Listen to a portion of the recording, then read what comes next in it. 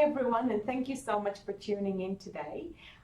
We are going to be speaking about how to get prepared when going down the financial side, property settlement after divorce or separation.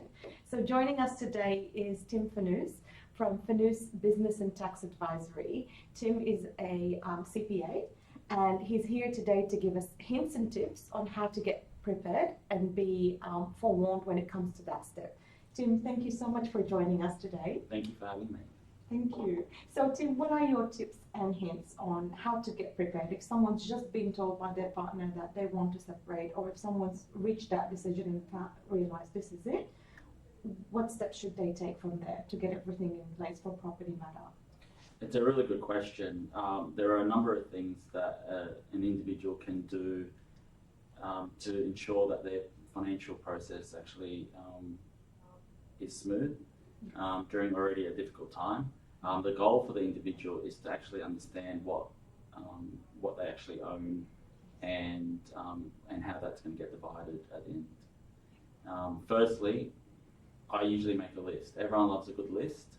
At this point, a good point to start is from the bank account. I start to note down the income, the partner's income, and then you can list all your expenses and liabilities. These could be your household items, your bills, your mortgage repayments, things like your credit card debts, your finance on motor vehicles, and then just further to that, then adjacent to that list should be a list of all the property the couple owns together. Just because your name's not on the list, on the title, doesn't mean that you're not entitled to that property. Exactly. Therefore, ensure you've picked up everything. Yes. Property is also includes not just your family home and motor vehicles. It also includes cash, yes, money in bank accounts. You've got real estate and share investments. There's superannuation balances that also take into effect. That's right. You've got inheritance, any jewellery yes, or valuables, and insurance policies, believe it or not. Yeah. Lastly, the individual also needs to ensure that their tax returns are all up to date, and this will formulate part of the settlement process. Yeah. That you're probably aware of. Yeah, no, that's actually really important you've mentioned that, because as we mentioned, one of the first things that the court looks at is determining the asset pool. It's determining exactly what is going to get divided. And so it's really important that all of that is determined from the get-go instead of wasting time looking for that information later.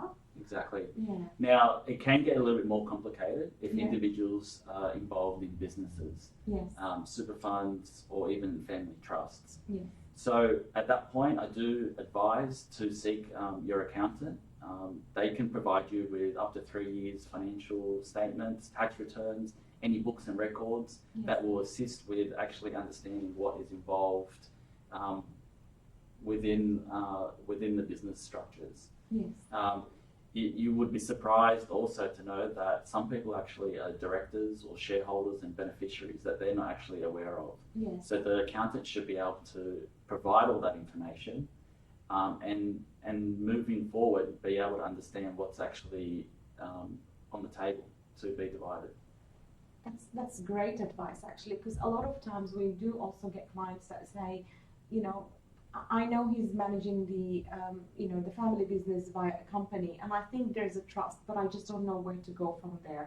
Or they would sometimes say, look, we've got a self-managed super fund, and I know that my partner, he or she, hasn't lodged tax returns for the last 3 years. Mm-hmm. So what do you recommend they do in that situation? If you are part of a super fund or a self-managed super fund, look, you need to be a trustee. So you have the authority to request any and all information required to bring up that trust, that super fund up to date. Yes. So my advice would be, in that situation, is actually seeking out to your accountant what information is outstanding Mm-hmm. to get this super fund up to date, Yeah. and then go out and look and seek and obtain the missing information. Once you've got all that, you can go back to your accountant and then start the process to get that up to date. Sounds great. And I guess, Tim, my next question is, where there's a husband and wife that been, using the services of the same accountant, and then things are starting to go a little bit pear-shaped, what happens then when there's starting to become a conflict of interest? Ideally, in any sort of relationship, you do want mutual agreement. Yes. Where you find that there is no mutual agreement, this is where a good accountant will draw the line, and basically, usually an accountant will have a better relationship with one of the partners involved. Yeah. Generally, my advice would be to seek second opinion if you are not the person that has the good relationship with that accountant. It can be don't wait for the accountant to let you know that this is a conflict of interest. Yes. Always seek second opinion. Yes. And that's going to be for your best interest and a better outcome in the end. That sounds great. And I guess then, if you were the second accountant, so someone's come to you and said, look, we've used the family accountant for X number of years. I feel that there's a conflict of interest, or they've told me there's a conflict. Preferably, best case scenario was the second accountant. What sort of documents would you like this person to bring with them when they come to see you?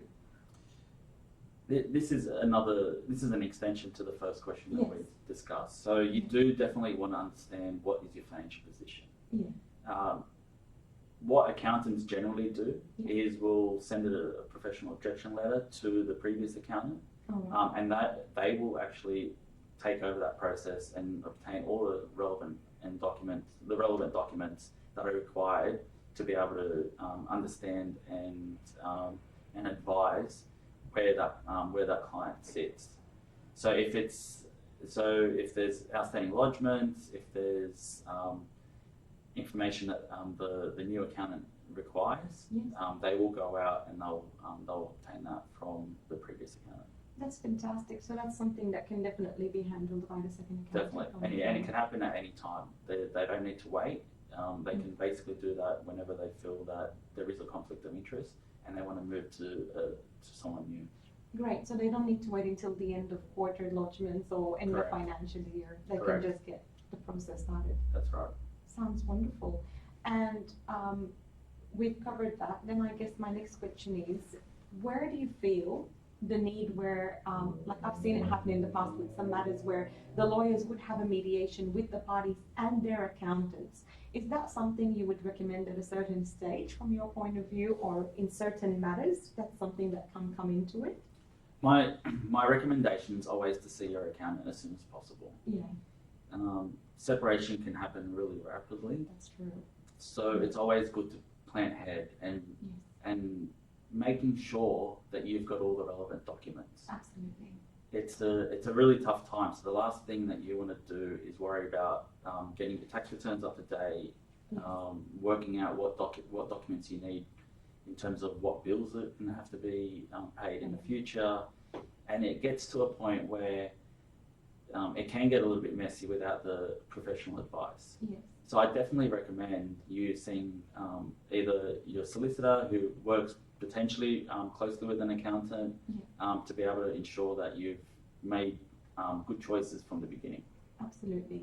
And it's interesting you should mention that, because I remember being in Parramatta Court one day and one of the judges was saying that most of his property matters, almost 99.9% of them, are in court because one person is not coming forward with full financial disclosure, and that's why a judge needs to step in. But if you can resolve that, you can just imagine you literally got a 99.9% chance of resolving your matter without the need to go to court. Exactly. And that's one of the essential strategies that we discuss as well when discussing the different strategies of keeping matters outside of court. And if, I guess, the party can get their hand on those documents without the need to rely on their partner to bring that information forward, then that's an awesome step. That's the ideal situation. Absolutely. And as we all know, going to court is always a costly process. Yes. It is in the best interest for both parties to ensure that all their documents are up to date. Yes. And it provides a sense of trust that Absolutely. that both parties are actually willing to work together and move forward in the future. Exactly right. Exactly right. And I guess even if one person feels they don't want to come forward, it just gives the other party comfort in knowing how they can access some of that information without things escalating or snowballing. Exactly. Effect. There's also really good government websites that people can go on. Yes. There's actually familyrelationships.gov.au Oh, and moneysmart.gov.au, and that's got also good tips and tools and resources that people can use as well. sounds wonderful. Thank you so much, Tim, for your time. You're Really welcome. appreciate it. Thank you. And guys, the list of items that Tim has mentioned at the start, all of these will be readily available for you on a checklist that's should be on the link below. Thank you so much for tuning in, and until next time.